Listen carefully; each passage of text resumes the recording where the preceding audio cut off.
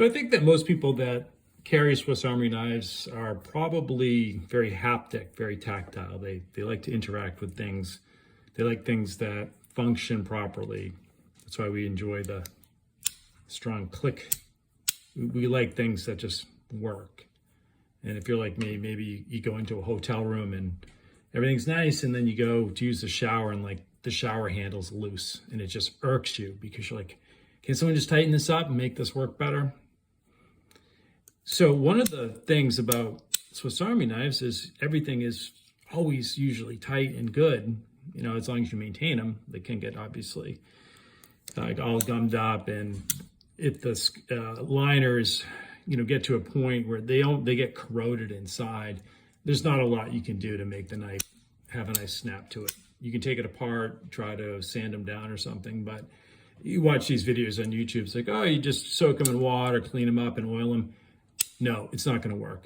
If the liners are gone, the knife is not going to ever feel good again, period. So if you buy used knives on eBay and someone says, oh, it just needs to be oiled, that's like when a guy tells you, oh yeah, the carburetor just needs to be cleaned on the boat motor. Something else is probably going on there. But anyway, so the split ring on the keyring attachment was getting in the way. I've been carrying the Scientist around, and I've been using the pen a lot recently and taking the pen out. And I don't know, this obviously doesn't have the scissors on it. You know, the scissor trick where you drop the pen in the back layer of the hook and then you drop it down. You can do it with the corkscrew too. It's not as like perfect because it kind of sits up here, but you can still write with it. And it's still better than trying to use the pen on its own. I mean, I don't have big hands, and this is still a challenge for me, let alone anyone with like larger hands. Like using this pen is going to be next to impossible. So it's good to put it in there.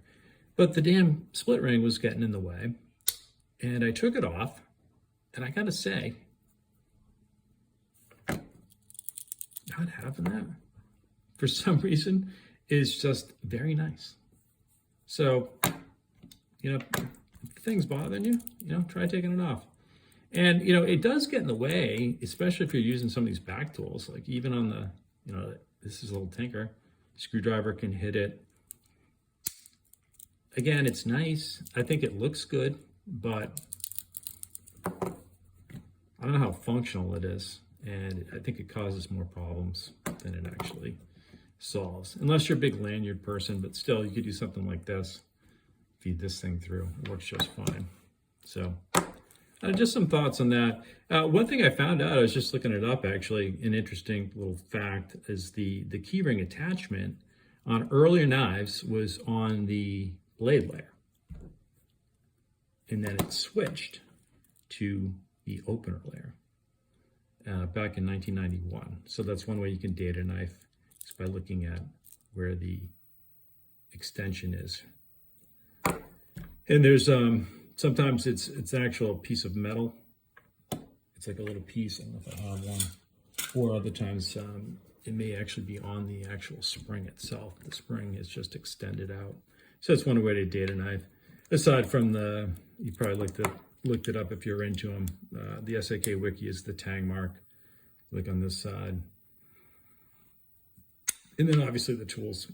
The tools have evolved over the years, but just one little quick way to do without opening something up.